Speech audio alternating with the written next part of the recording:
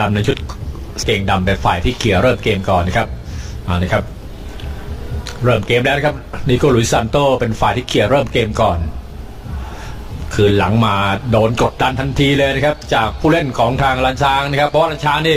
นัดที่แล้วนี่คึกจัดมากทีเดียวนะครับครับแต่อ้อมตัวไปต้องเบรกเกมเลยนะครับนี่เป็นการทำฟาวล์ครั้งแรกของเกมในวันนี้เลยนะครับโอ้โหแล้วเก็บดีครับฟรีคิกครับเปิดยาวขึ้นมาคราวนี้แต่ว่าเปิดแรงเกินไปนะครับโดยเลเบนเนลสันไปตัดได้ตรงนี้แล้วโดนแตะเข้าไปหลุดขึ้นมาเปิดมาหน้าประตูสกัดบอลโอ้โหดูครับเกือบเอายิงเข้ามาตรงนี้ยังเซฟเอาไว้ได้ครับโอ้โหเกือบครับล้านช้างมาดีเหลือเกินครับวันนี้เริ่มเกมในช่วง3นาทีแรกนะครับเกือบจะโดนเหมือนกันครับบุรีรัมย์เพลินไม่ได้นะครับบุรีรัมย์เพลินแล้วมีสิทธิ์โดนก่อนเลยครับถ้าโดนก่อนแล้วลำบากนะครับเปิดยาวขึ้นมาอีกครั้งหนึ่งลูกกลางอากาศยังเคลียร์ได้ครับแนวรับของออกบอลไว้ก่อนนะครับก่อนที่จะเปิดขึ้นมาอีกครั้งหนึ่งเบิ้ลขึ้นมาแต่ว่าก็ไม่พลาดครับตัวเล็กครับดูไปจีรำได้เดี๋ยวนี้ถ้าเกิดว่าทำประตูได้ขึ้นนำก่อนแล้วจะโยนความกดดันไปที่บุรีรัมย์ทันทีนะครับครับวันนี้จะได้ไหมเปิดขึ้นมาโค้งเข้าไปแล้วลูกนี้เคลียร์บอลออกมาได้ครับแต่ว่าผู้สินเป่า1-0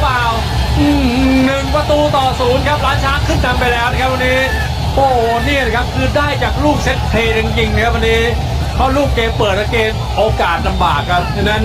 ต้องใช้วิธีเล่นลูกเซตเพลย์นะครับแล้วขึ้นนำไปก่อนครับ1-0ครับล้านช้างยูไนเต็ด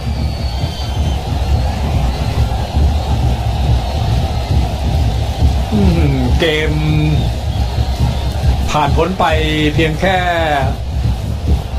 ไม่เท่าไหร่นะครับโอ้โหแนวรับของทางบุรีรัมย์เคลียร์บอลไม่ขาดนะครับเดี๋ยวดูภาพช้านะครับจังหวะที่เปิดเข้าไปเปิดดีมากนะครับวันนี้นี่ครับ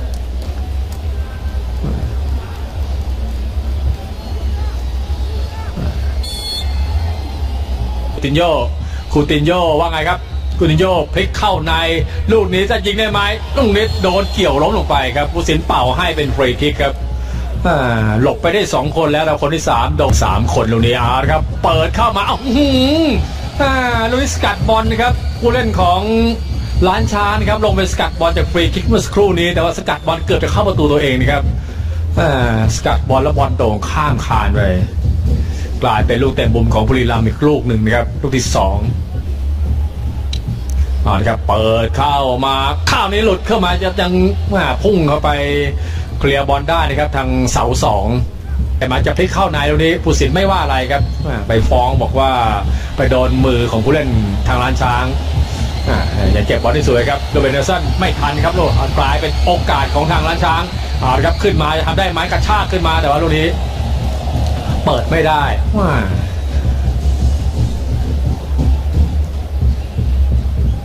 สุขพรนี่กระชากบอลแต่ละครั้งนี่เล่นเอาแฟนๆเนี่ยลุกกันฮือเลยครับหลังประตู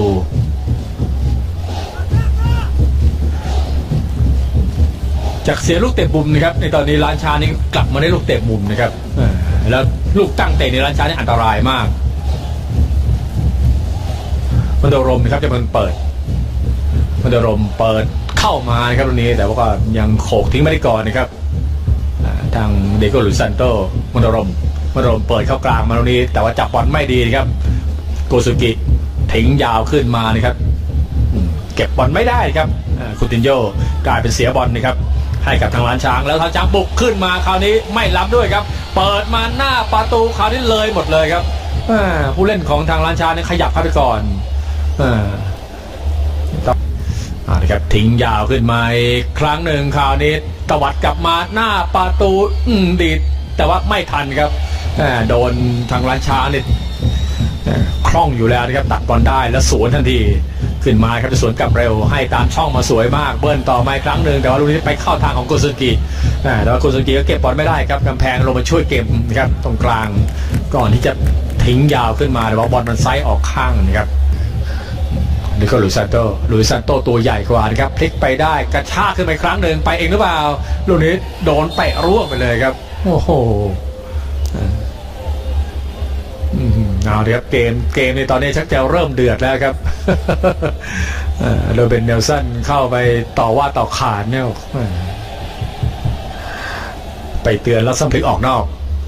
นะครับก่อนที่จ่ายขึ้นมาถึงเส้นหลังก่อนเปิดเข้ามาคราวนี้มงเช็ดแต่ว่าแม่ไม่ตรงกรอบด้วยโอ้โหนี่มงเน่งๆเลยครับคนเดียวครับโอ้โหจักรพันธ์ดูนะครับนี่เป็นชิติพัฒน์นี่ครับชิติพัฒน์แทนกลางเนี่ยนะครับบิดไม่หมดนะครับบิดแล้วไม่เข้ากรอบทำให้บ้าน